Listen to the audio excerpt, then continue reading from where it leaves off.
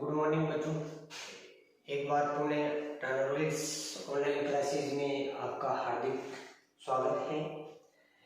पिछले वीडियो में हमने पढ़ा था एस्किमो जनजाति की शारीरिक विशेषता और उसमें उसके निवास क्षेत्र पढ़े थे।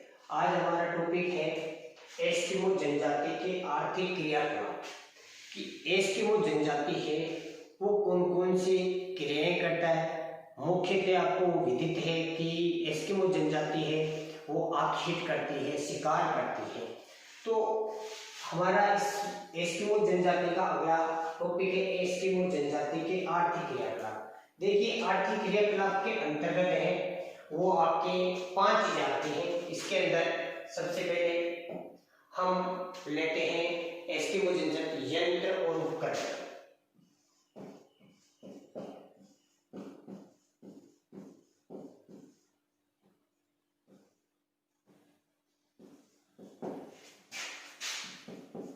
अगला इसका आता है आखेट।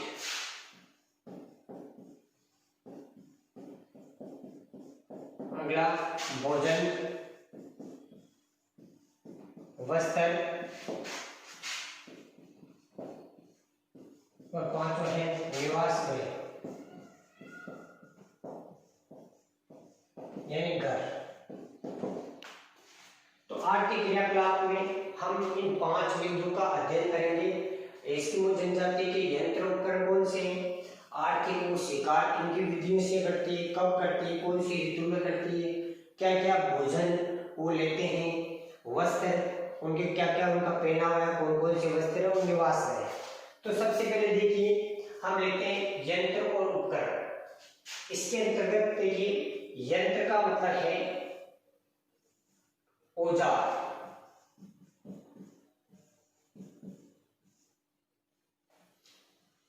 औजार वह उपकरण का मतलब है यहाँ पर यातायात के साधनों से। कि एस्किमो जनजाति के कौन कौन से साधन है, यातायात के साधन या परिवहन के साधन। देखिए औजार आपको बताया एस्किमो है उनका प्रमुख औजार है वो है हार्पून। यातायात या परिवहन के साधन है उनके परिवहन के प्रमुख साधन है 2 नाव है उनकी और एक उनकी गाड़ी है जिसका नाम है स्लेज। गाड़ी कौन सी है, स्लेज गाड़ी। 2 नाव है, एक है कयाक और दूसरी उनकी प्रमुख नाव है उसको बोलते हैं उमियाक।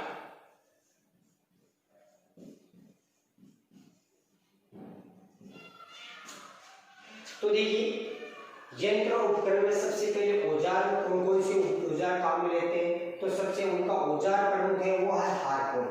ये हार्पून होता है वो मछलियों के शिकार के लिए, मछली होती है उनके शिकार के लिए काम में लिया जाने वाला आपके भालानुमा हथियार होता है जो आपके 1.2 से 1.5 मीटर लंबा होता है। तो देखिए हार्पून होता है वो मछलियों के शिकार के लिए, मछलियों के शिकार के लिए प्रयोग में लिया जाने वाला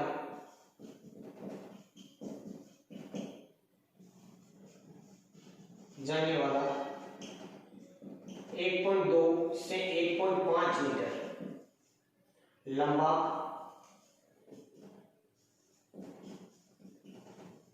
भालानुमा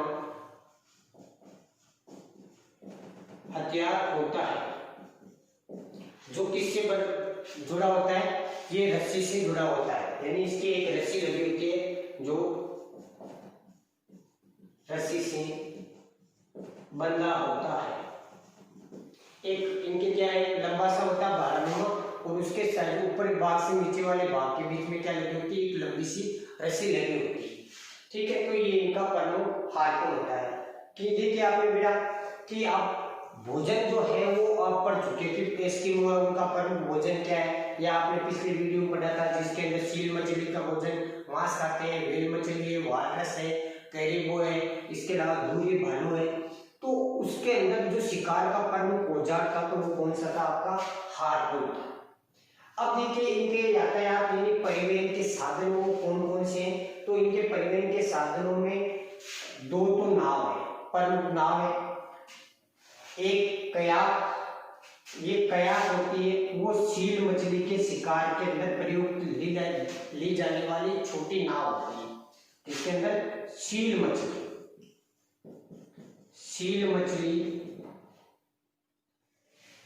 के शिकार काम में ली जाने वाली या प्रयोग में ली जाने वाली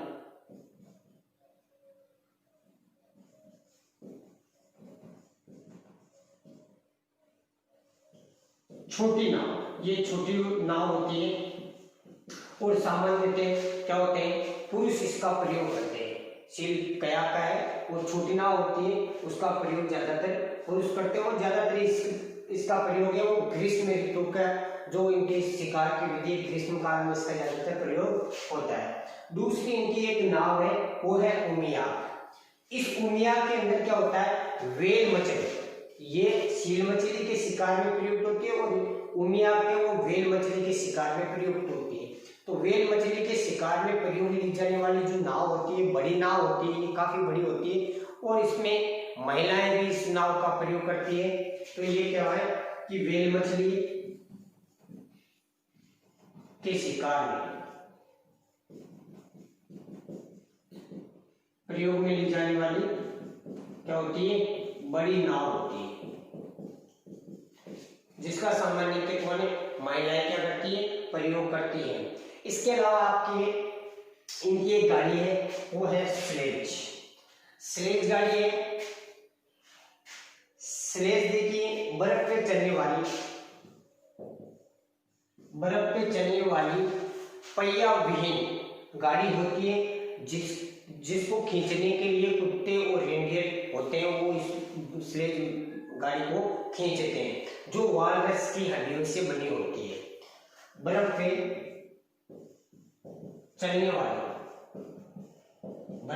वाली क्या होती है? पहिया विहीन, इसके कोई टायर वगैरह नहीं होते, गाड़ी होती है जिसको कुत्ते और क्या करते हैं?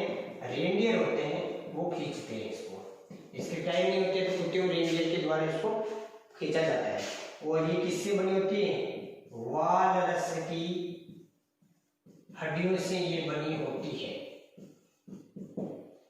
तो देखिए बेटा कि ये इनके और यंत्र और उपकरण है कि एस्किमो जनजाति के प्रमुख औजार है, जिसमें हार्पून है, मछलियों के शिकार के लिए प्रयोग में लिया जाने वाली होती है, जो 1.5 मीटर से लेके 1.2 मीटर से लेके 1.5 मीटर लंबी होती है, बालानुमा हथियार होता है।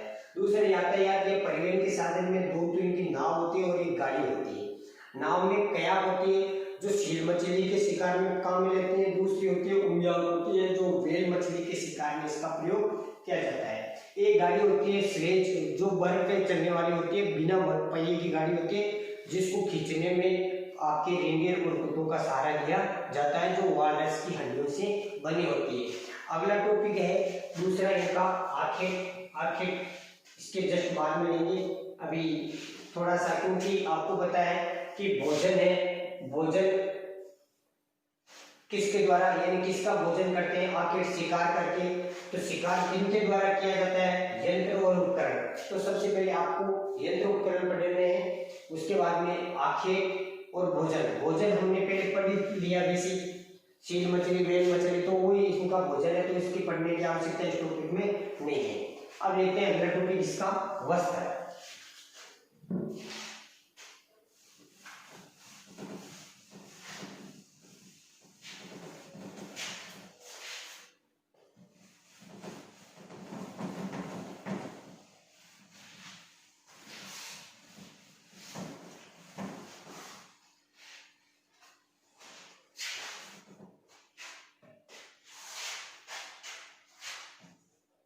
देखिए वस्त्र बनाने का प्रमुख कार्य वो कौन करते हैं? एस्किमो जनजाति के अंदर वस्त्र बनाने का काम है वो किया जाता है। यानी महिलाएं होती है वो क्या बनाती है, वस्त्र बनाती है। महिलाएं ही वो क्या करते हैं, मुख्य रूप से कार्य करती है। वस्त्र बनाने का कार्य महिलाओं के द्वारा किया जाता है। इसके अलावा इनके जो वस्त्र होते हैं वो कैरिबो के खाल, किसके खाल से बने होते हैं, जो कैरिबो होता है जिसको 12 सिंगा बोलते हैं, उसकी खाल का प्रयोग करके वस्त्र बनाए जाते हैं। क्योंकि ये अन्य जानवरों की खाल के बजाय थोड़ी सी गर्म ज्यादा होती है और हल्की भी होती है, इसलिए कैरिबो की खाल से क्या बनाते हैं, वस्त्र बनाते हैं, कैरिबो की खाल से। इसके अलावा जिन जगहों के ऊपर कैरिबो नहीं मिलता, जहां पर कैरिबो नहीं मिल रहा है, वहां पर ये किस प्रकार के जानवरों का प्रयोग करते हैं, तो वहां पर जहाँ कैरिबो नहीं है वहां पर धुर्व भालू उपलब्ध हो जाते हैं। तो धुर्व भालू की खाल से भी क्या करते हैं कि अपना वस्त्र बनाते हैं। तो धुर्व भालू की खाल से भी ये वस्त्र बनाने का काम करते हैं। और इनकी खास बात ये है कि इनके जो वस्त्र होते हैं, पुरुष और महिलाओं के दोनों के वस्त्र होते हैं वो एक समान होते हैं, एक जैसे होते हैं। तो इसमें पुरुष और स्त्री के एक समान वस्त्र। अब देखिए बेटा कि एस्किमो जनजाति के 3 प्रमुख वस्त्र माने जाते हैं, जिसमें आपके इनके वस्त्र है, आपके टीमियाक है, अनुहाक है और एक है कार्मिक। इनके 3 प्रमुख वस्त्र है, टीमियाक, दूसरा है अनुहाक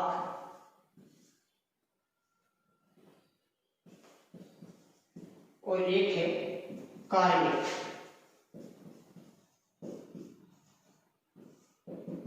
देखिए बेटा टीमियाक होता है वो क्या होता है, टीमियाक जो एस्किमो का प्रमुख वस्त्र होता है वो जर्सीनुमा होता है, जर्सीनुमा बाहेदार वस्त्र होता है, जिसको हम जो बोल सकते हैं कि हमारी बाहेदार वस्त्र जैसे स्वेटर होती है उस टाइप के होता है ये वस्त्र।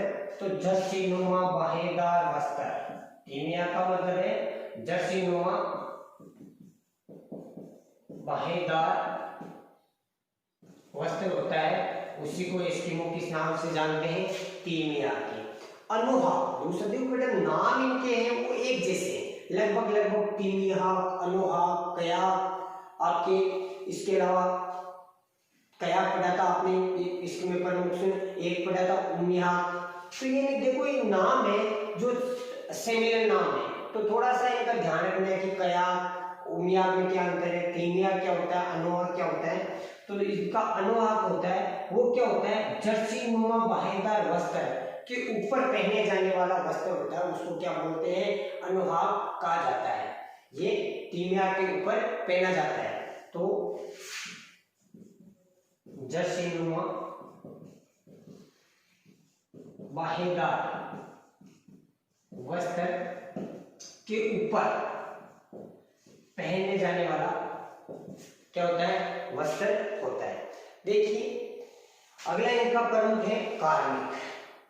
कार्मिक क्या होता है, कार्मिक के जो एस्किमो जनजाति होते हैं उनके द्वारा पहने जाने वाले क्या होते हैं, जूते होते हैं, उनको क्या कहा जाता है, कार्मिक कहा जाता है, जो सील मछली की खाल से बने होते हैं।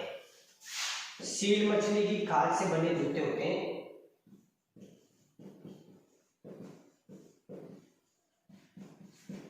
खाल से बने वस्त्र, जूते क्या कहलाते हैं, कार्मिक। देखिए बेटा कार्मिक है वो सील मछली की खाल से बने जूते होते हैं, लेकिन इनको कार्मिक का एक दूसरा नाम है जिसको बोलते हैं मुक्लक्स। थोड़ा सा नाम डिफिकल्ट है, मुक्लक्स। आपको जरूर नहीं है कि ये नाम याद रखो, कार्मिक रख लो तो ठीक है, आप लोग मुक्लक्स, ये इनके प्रमुख होते हैं। तो हमने इनकी यंत्र औजार पढ़ ली, भोजन आपने पहले पढ़ चुके पिछली वीडियो के अंदर, वस्त्र पढ़ लिए। अब इनका प्रमुख जो टॉपिक सेकंड नंबर था आखेट यानी शिकार।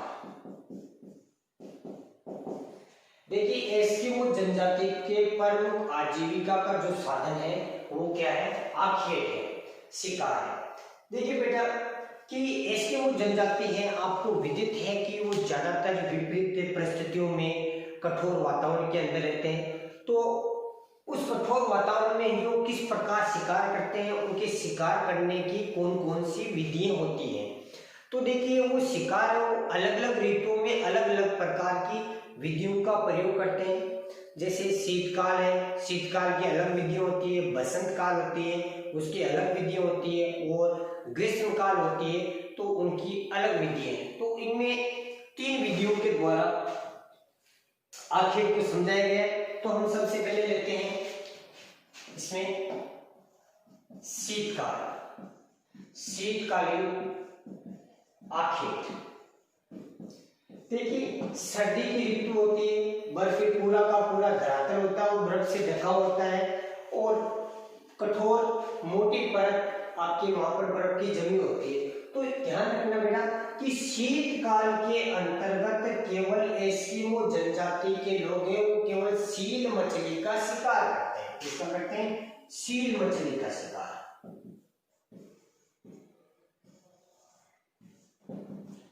शीतकाल के अंदर एस्किमो लोग हैं वो सील मछली का ही शिकार करते हैं। अब देखिए इनके शिकार की 2 विधियां होती हैं। एक विधि है वो है इनकी विधियां, शिकार की विधियां, एक है माऊ पाक। देखिए नाम तो इससे अलग प्रकार के, इस अध्याय के अंदर काफी अलग प्रकार के नाम है, तो इनको थोड़ा सा आपको अच्छी तरीके से देखना है। दूसरा है इतुल पाक। ये 2 विधियां होती, माऊ पाक, माऊ मुंह है, और इतुल पाक इतर यानी इधर उधर। तो देखिए माऊ पाक है, इसका शाब्दिक अर्थ होता है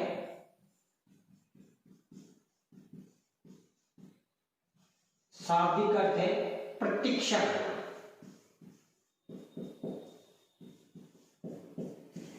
देखिए बेटा माऊ पाक विधि के अंदर क्या होता है कि शीतकाल हम पढ़ रहे हैं, शीत ऋतु के अंदर पूरा का पूरा जो क्षेत्र है वो मोटी बर्फ की परत हो जाती है, समुद्र होता है वो पूरी की पूरी ऊपरी भाग है वो पूरा का पूरा बर्फ के अंदर तब्दील हो जाता है।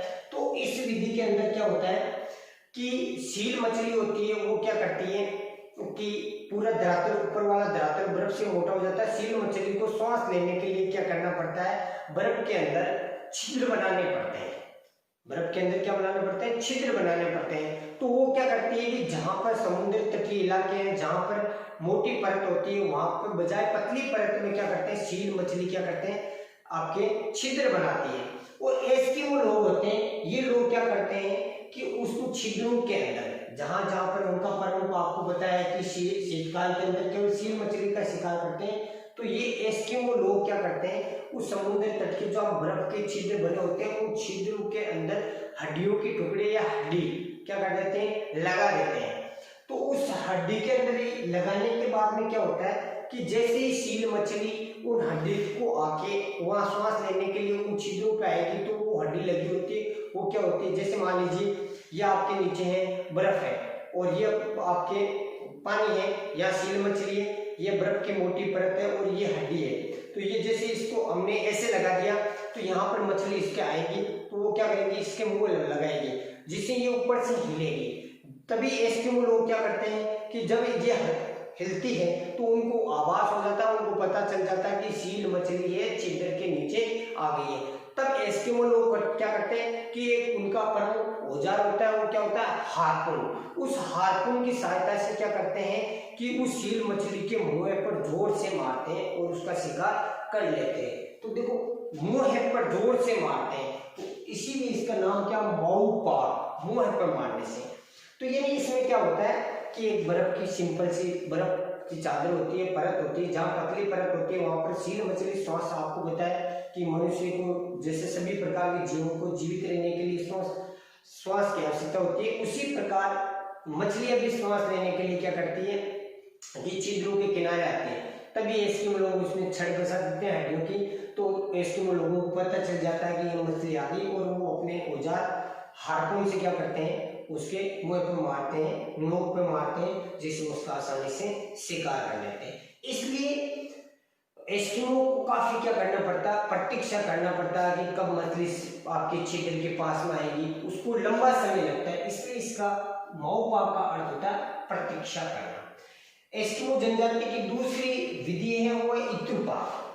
माओपाक में एक छिद्र के अंदर एस्किमो रहते थे, इत्रुपाक में क्या करते हैं कि एस्किमो लोग क्या करते हैं कि 2 छिद्र बनाते हैं। जैसे ये चादर आपके बर्फ है, बर्फ की चादर है, ये पानी है, इसमें ये मछली है मान लीजिए। इसमें क्या करते हैं कि 2 छिद्र बनाते हैं। एक एस्किमो लोग क्या करते हैं कि एक छिद्र से आपके मछली को, सील मछली को चारा डाल के बुलाता है, और दूसरा है व्यक्ति होता है, एस्किमो लोग होते हैं, वो क्या करते हैं हार्पून लिए हुए, इनका प्रमुख औजार है वो लिए हुए खड़ा होता है। जैसे ये चारा डाल के बुलाता है तो वो इधर आती है, तब दूसरा व्यक्ति उसके पीछे से क्या करता है, हमला करता है, उस पर हथियार से मार करता है। इसलिए इस प्रकार आपके क्या होता है, इसका शिकार कर लिया जाता है। तो इत्रुपाक के अंदर 2 छिद्र बने होते हैं और माओपाक में 1 छिद्र बना होता है, और बाकी प्रक्रिया वो वैसी की वैसी होती है। बर्फ मोटी परत होती है, पतले परत में छिद्र बनाते हैं, इसमें 2 छिद्र बने होते हैं। इसमें एक छिद्र के माध्यम से एस्किमो लोग क्या करते हैं, उसको चारा डाल के बुलाते हैं मछली को, और दूसरे छिद्र से दूसरा एस्किमो क्या करते हैं, उसके ऊपर हथियार से आपके हमला करके उसका शिकार कर लेते हैं। तो ये शीतकालीन विधि हुई। शीतकालीन आखेट की 2 विधि है, एक माओपाक, दूसरा इत्रुपाक। अगला है आपकी बसंतकालीन। ये शीतकालीन, दूसरा है बसंतकालीन आखेट। देखिए बेटा, बसंतकालीन आखेट को उत्तोक कहा जाता है। ये कब की, मार्च के महीने, बसंत ऋतु है वो मार्च के अंदर आती है। तो मार्च के महीने के अंदर जो ये क्या करते हैं, शिकार करते हैं, तो उसको क्या बोलते हैं, उत्तोक बोलते हैं। देखिए मार्च के महीने के अंदर आपको बता, सील मछली या जितनी भी मछली वो क्या करती है, धूप सेकने के लिए समुद्री तटीय इलाकों पे आती है। तो उस समय क्या करते हैं कि जो आपके एस्किमो लोग होते हैं, उनके जो आपके शिकारी कुत्ते होते हैं, वो शिकारी कुत्ते इनको आसानी से, एस्किमो लोग और शिकारी कुत्ते इनका क्या कर लेते हैं, शिकार कर लेते हैं। तो इस क्रिया को क्या कहा जाता है, उत्तोक कहा जाता है। ठीक है। तीसरा आपका है ग्रीष्म ऋतु, ग्रीष्मकालीन आखेट।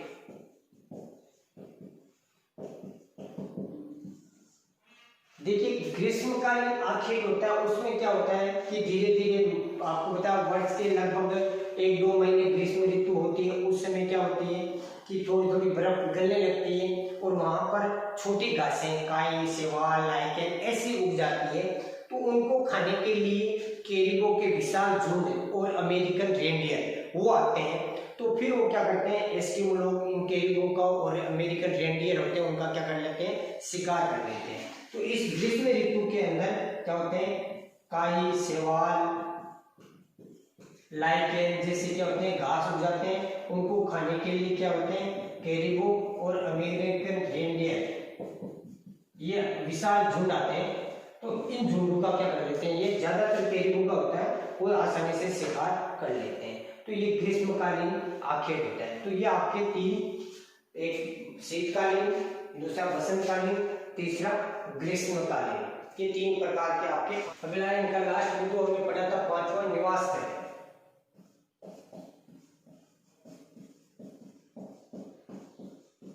यानी घर। देखिए एस्किमो के जो घर होते हैं वो आपके बर्फ के बड़े बड़े टुकड़े होते हैं, बर्फ के बने होते हैं। जहाँ कहीं थोड़ा बहुत पत्थर मिल जाते हैं, पत्थर होते हैं। इसके अलावा हड्डियां, जो मछलियों की हड्डियां होती है, हड्डियों के द्वारा बने होते हैं, और खाल के माध्यम से बने होते हैं, खाल से। तो एस्किमो के जो घर होते हैं वो बर्फ, पत्थर और हड्डियों तथा खाल के बने होते हैं। अब देखिए इनका जो आपने छोटी क्लास में कभी नाम सुना होगा कि एस्किमो को जो शीत ऋतु के अंदर घर होते हैं उसको इग्लू बोलते हैं। तो शीतकाल में बर्फ का बना हुआ जो इनका घर होता है उसको क्या कहा जाता है? इग्लू कहा जाता है। इनका जो प्रमुख मकान होता है शीतकाल में बर्फ से जो बड़ा मकान होता है उसको क्या किस नाम से जानते हैं? इग्लू कहा जाता है। देखिए ये इग्लू क्या होता है कि ये ज्यादातर आपको पता है कि भूमिगत ज्यादा होता है और धरातल के ऊपर थोड़ा सा कम होता है, भूमिगत होता है। ये मान लीजिए ये भूमि का भाग नीचे होता है और धरातल के ऊपर इस प्रकार बना होता है।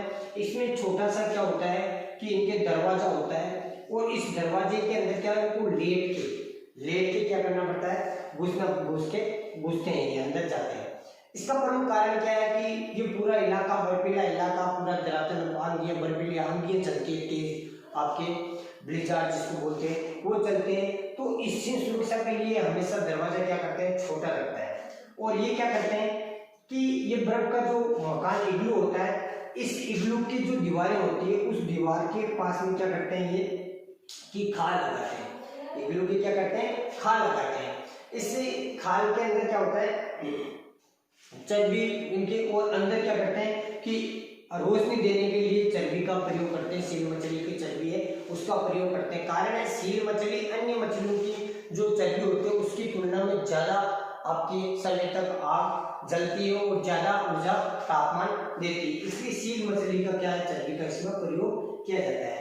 और इनकी जो दीवारें होती है और खाल होती है, मोटी खाल होती है, उनके बीच में थोड़ा सा अंतराल रखते हैं। तो आपके एस्किमो जनजाति के अब जो पर शीतकाल में जो घर बनाते हैं उसको किस नाम से जानते हैं?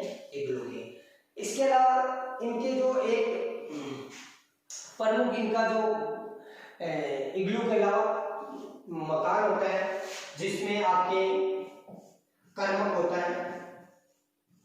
ये कर्मक है वो क्या होते हैं कि इसमें क्या होता है कि कर्मक होता है जो लकड़ी और आपके वालस की हड्डियों से बना होता है। लकड़ी और वालस की हड्डियों के द्वारा बना होता है। ज्यादातर इसका प्रयोग है वो बसंत काल के अंदर मतलब काम में लेते हैं। एक इनका प्रमुख क्या करते हैं, जैसे ग्रीष्म ऋतु आ जाते हैं तो ये जगह जगह क्या करते हैं? अस्थायी तंबू लगा देते हैं। अस्थायी तंबू लगाते हैं जिसको टेंट बोलते हैं। अस्थायी तंबू होते हैं उसको क्या बोलते हैं? टेंट। तो इनके तीन प्रमुख है। एक इग्लू है जो शीतकाल के अंदर बर्फ से बना होता है, दूसरा कर्मक होता है जो लकड़ी और वालस की हड्डियों के द्वारा बना होता है, और अस्थायी तंबू होते हैं उसको क्या बोलते हैं? टेंट बोलते हैं। अब बेटा इनके अलावा इनका प्रमुख जो आपके आर्किड हो गया, इसके अलावा आर्टिक हो गया, शारीरिक संरचना हो गई, इसके अलावा इनके निवास क्षेत्र हो गए। अगला आपका बिंदु है समाज एवं संस्कृति। ये एस्किमो लोग किस प्रकार का समाज है, किस प्रकार ये रहते हैं, तो उसके बारे में हम चर्चा करेंगे। देखिए समाज व संस्कृति।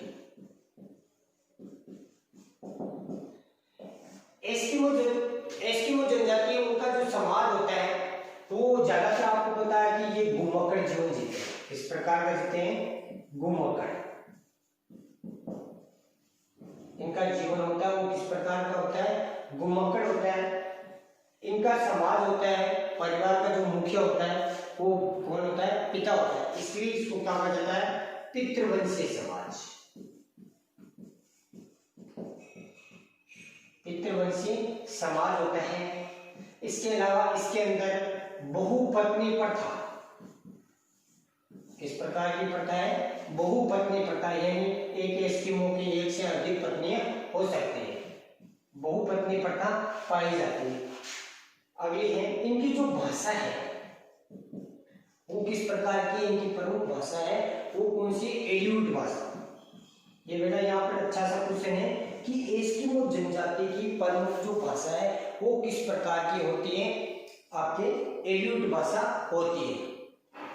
अब देखिए एस्किमो जो समाज होता है, एस्किमो लोग होते हैं, शीतकाल के अंदर इनको काफी मतलब भोजन की कमी पाई जाती है। तो वो क्या करते हैं कि शीतकाल के अंदर इनके जो बड़े बुजुर्ग होते हैं उनको भोजन नहीं मिलता है, तो भोजन की कमी की वजह से ये बड़े बुजुर्ग क्या करते हैं कि आत्महत्या कर लेते हैं। निस्सहाय जो आपके क्या जो लोग दूसरों के ऊपर निर्भर होते हैं वो क्या कर लेते हैं, आत्महत्या कर लेते हैं। वो सोचते हैं कि हम दूसरों के ऊपर बोझ क्यों बने, इसलिए ये क्या करते हैं कि शीतकाल के अंदर जो निस्सहाय लोग होते हैं वो क्या कर लेते हैं, आत्महत्या कर लेते हैं। तो भोजन की कमी की वजह से,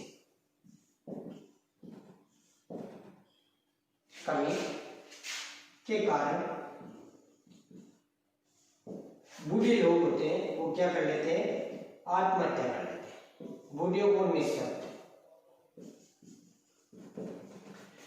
एक देखिए जिस प्रकार हमारे समाज के अंदर आपको बताया कि एक समाज आपको हमारे मतलब समाज और संपत्ति और सामाजिक स्तर का जो मापदंड होता है वो है, जैसे मान लीजिए हमारे पैसा है, प्राचीन समय के अंदर मान लेते हैं कि जिनके अधिक ज्यादा ऊंट भेड़ बकरी होगी वो उसका समाज के अंदर उसका स्तर अधिक माना जाता है, यानी सबसे मतलब पैसा वाला ज्यादा मानते हैं। उस समय पैसे तो नहीं थे, लेकिन उस समय जो जानवर के होते थे, जिस परिवार के अंदर या जिन लोगों के पास में जानवरों की ज्यादा संख्या होगी तो उसके अंदर उसकी जो संपत्ति है अगर अधिक है, जानवर अधिक है, तो उसको उसका सामाजिक स्तर उतना ही अधिक होता है। तो मेरा यहाँ पर एक बहुत ही बढ़िया क्वेश्चन है, वो आता है कि एस्किमो जनजाति की संपत्ति व सामाजिक स्तर का मापदंड क्या है।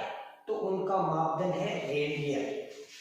देखिए एस्किमो की संपत्ति व सामाजिक स्तर का जो मापदंड है वो किसको माना गया है, रेंडियर को माना गया है। किसको माना गया है, रेंडियर को माना गया। तो इनकी समाज और संस्कृति किस प्रकार की है, ये भूमक्कड़ जीवन जीते हैं, पितृवंशी समाज है, भोग करने पड़ता है, लूट भाषा है, भोजन की कमी से बूढ़े लोग क्या कर लेते हैं, आत्महत्या कर लेते हैं। और एस्किमो लोगों की जो संपत्ति वो सामाजिक स्तर का प्रमुख जो मापदंड होता है वो क्या होता है, रेंडियर होता है। एक इसके अलावा जो सील मछली होती है, एक साथ ही लगे साथ ही क्वेश्चन और है मैं बता देता हूँ। सील मछली होती है उसका प्रयोग है, या सील मछली का जो आपको पता महत्व है वो क्या है, एक तो उसका मांस खाने के लिए मांस मिलता है, मांस में काम में लेते हैं। इसके अलावा कपड़े बनाने के अंदर उसके लेते हैं, इसके अलावा ताक बनाने के अंदर, और इसके अलावा कुछ जहाज नावें बनाने के अंदर उसका प्रयोग करते हैं। तो इनमें अगर आपके क्वेश्चन आ जाए कि सील मछली का महत्व बताइए, तो ये इनका प्रमुख महत्व है। अगला हमारा बिंदु है वातावरण समायोजन।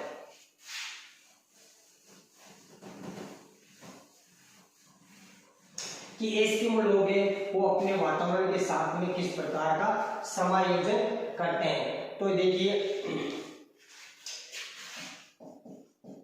वातावरण समायोजन, एनवायरमेंट एडजस्टमेंट, यानी एस्किमो लोग हैं वो किस प्रकार के वातावरण को समायोजित करते हैं। तो देखिए कि एस्किमो जनजाति के लोग होते हैं वो बहुत ही कठोर वातावरण के अंदर निवास करते हैं। तो या तो वो अपने पर्यावरण को अपने अनुसार डालता है या अपने को पर्यावरण के अनुसार वो एडजस्ट कर लेता है, तो उसका वातावरण समायोजन होता है। जिससे मान लीजिए कि एस्किमो लोग होते हैं वो कठोर वातावरण में रहते हैं, बर्फीले क्षेत्र में रहते हैं, इसलिए वहां पर वो इग्लू का निर्माण करते हैं। इसका निर्माण करते हैं इग्लू, जिनका प्रमुख क्या होता है, मकान होता है, शीतकाल में इग्लू बनाना। तो आपको बता कठोर वातावरण के अंदर एस्किमो लोगों को इग्लू का निर्माण कर लेते हैं। इसका मतलब है कि वो वहां के वातावरण को अपने अनुसार उसको डाल लिया और वातावरण को अपने अनुसार एडजस्ट कर लिया। दूसरा है स्लेज, जो बिना पहिए की गाड़ी है, उसने देखो उतने कठोर वातावरण के अंदर बिना पहिए की गाड़ी का निर्माण कर लिया। तो ये कहने का मतलब है अपने को स्लेज बना दी उसने और उसको क्या है अपने को उस वातावरण के अंदर वो एडजस्टमेंट करके है उसका निर्माण किया है। तीसरा इसके अंदर है प्रमुख रूप से कि जो आपके ग्रीष्म ऋतु के अंतर्गत है वो क्या है कि सूर्य की रोशनी होती है वो बर्फ के ऊपर गिरती है, जिसकी वजह से क्या होता है, बर्फ के ऊपर गिरने की वजह से सूर्य का प्रकाश है वो सीधा सा आपके चमक होती है वो आंखों में पड़ती है। तो अपनी आंखों की सुरक्षा के लिए क्या करते हैं, ये आंख कवच बनाते हैं, आंख कवच का ये चश्मे का निर्माण कर लेते हैं, जो वालरस की दांतों से, कौन सी मछली होती है, वालरस जो मछली होती है उसके दांतों से इसका निर्माण किया जाता है। तो ये प्रमुख इनका वातावरण समायोजन है। लास्ट हमारा टॉपिक है आधुनिक संस्कृति से संबंध, कि किस प्रकार है कि एस्किमो लोग हैं वो आधुनिक संस्कृति यानी वर्तमान जो सभ्यता है उनका संपर्क किस प्रकार रहा है। आधुनिक संस्कृति से संपर्क, कि एस्किमो लोग हैं जो आपको बताया उस इलाके के अंतर्गत रहते हैं, तो वहाँ कनाडा, आपको बताया एस्किमो लोग ज्यादातर कनाडा है, अलास्का है, ग्रीनलैंड क्षेत्र में रहते हैं, तो कनाडा अलास्का के लोग हैं। 1960 के बाद में कनाडा और अमेरिका के लोगों से इनका संपर्क बढ़ा, जिसकी वजह से इनके स्वास्थ्य सुविधाओं में क्या हुई, वृद्धि हुई, स्वास्थ्य सुविधाएं उनमें वृद्धि हुई। वहां पर विभिन्न इनके संपर्क में आने से वहां पर क्या विभिन्न प्रकार के खनिजों का खनन होने भी लग गया था। और इनका धीरे धीरे उन लोगों के संपर्क में आने से, जैसे मान लीजिए कि पहले ये स्लेज का प्रयोग करते थे, तो वहां पर ये क्या है कि मोटर चालित नाव का प्रयोग करने लगे। और पहले ये मान लीजिए कया का प्रयोग करते हैं, वहां पर मोटर चालित नाव और स्लेज का प्रयोग करते थे, वहां पर स्नो स्कूटर जो चालित है उसका प्रयोग करने लगा। तो ये कहने का मतलब है दूसरे लोग जो कनाडा, यूएसए, इनके लोगों के बार बार संपर्क में आने से या अमेरिकी सरकार के संयुक्त प्रयास से, इनके उत्थान के प्रयास से इन लोगों का क्या है कि रहन सहन के अंदर, खान पान के अंदर, पहनावे में, इनके रोजगार के साधन के अंदर मतलब काफी परिवर्तन आया। तो धीरे धीरे इनकी जनसंख्या भी आपको पता है कि लगातार एस्किमो जनजाति की जनसंख्या भी लगातार बढ़ती जा रही है। और इनका धीरे धीरे इन लोगों के संपर्क में आने से आपके शैक्षिक मान लीजिए या अन्य गतिविधियां, पढ़ाई लिखाई से संबंधित, उनमें भी धीरे धीरे उन्नति हो रही है। तो बेटा ये हमारा जो आपके विश्व की प्रमुख जनजाति है, उन जनजातियों के अंदर प्रमुख जनजाति थी एस्किमो। बाकी जनजाति है उनका अध्ययन हम अगले वीडियो के अंदर करेंगे। धन्यवाद, पढ़ते रहिए, बढ़ते रहिए।